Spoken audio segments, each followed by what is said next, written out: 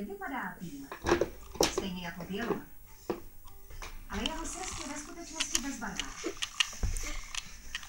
Všechny chlupy jsou duté a odrážejí světlo, které na ně dopadá, a proto se zdá, že je bílý. Ultrafialové záření, které chlupy prochází, zachycuje tmavá pokožka, takže lední medvěd je vlastně živoucí solární panel. Jeho pokožka je ve skutečnosti černá, což je vidět na čenichu a na klapách, na kterých jsou polštářky pokryté malými hřivolky, které brání zmeknutí na led. Lední medvěd je tak vlastně bez pandel s dalším černobílým medvědem.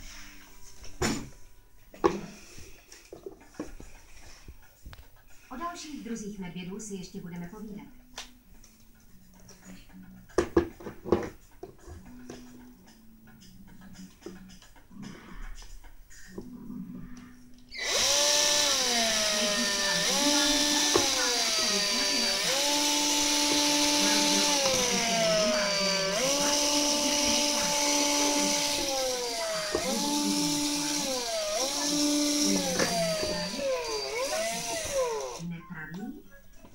Anebo zadé, klidový.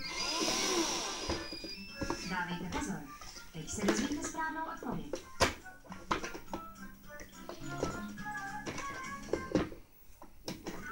Že už ji znáte? Typ zimního spánku. Jak se mu říká, správná odpověď je za cel. Je pravý zimní spánek. Většina ledních medvědů zůstává aktivní celý rok, zimně ale vstupují do nepravého spánku neboli zimního spánku za pochodu.